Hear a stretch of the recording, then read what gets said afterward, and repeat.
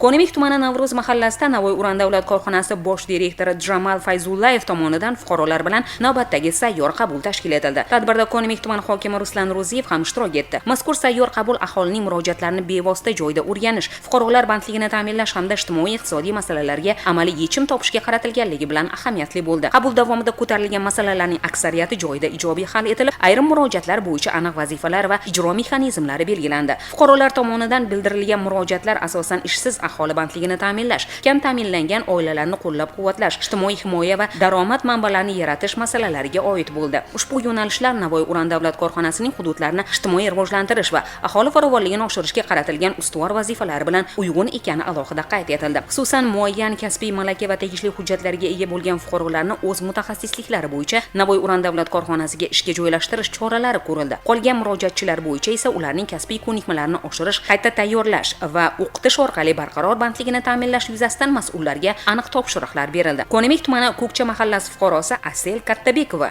5-fevral kuni Ko'nemik tumani hokimi Ruslan Ro'ziyev va Navoiy Uran davlat korxonasi direktori Jamal Fayzullayev sayyor qabullarida bo'ldim. Men bu yerda o'zimning murojaatlarim bo'yicha ishtirok etdim va mening murojaatlarim sayyor qabulning o'zidayoq ijobiy hal etildi va men buning uchun o'z minnatdorchiligimni bildiraman. Nuraziz Xo'jabekov, Yangi G'azg'on ovul fuqarosi.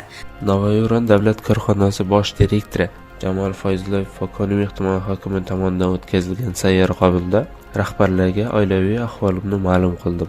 Otam sog'ligi tufayli 3 yil avval vafot etgandilar. Oilada katta farzandman. Muammom bilan murojaat qilgandim. Rahbarlar muammomni e'tibor bilan tinglashdi va o'sha yerni o'zida yordam berishdilar. Murojaatim ijobiy hal bo'lganligidan onam ham eshitib juda xursand bo'ldilar. Ertangi kunimiz yaxshi bo'lishiga ishonchim komil. Fursatdan foydalanib o'z tashakkurimni bildirmoqchiman. Katta rahmat. Mazkur sayyor qabul Navoiy Uran davlat korxonasining ochiqlik, ijtimoiy mas'uliyat va hududlar bilan uzviy hamkorlik tamoyillariga sodiqligini yana bir bor namoyon etib, aholi muammolarini hal etishda davlat va korxona manfaatlarini mushtarak ekanini tasdiqladi. FM 101.6 to'lqinida Navoiy viloyati radiosi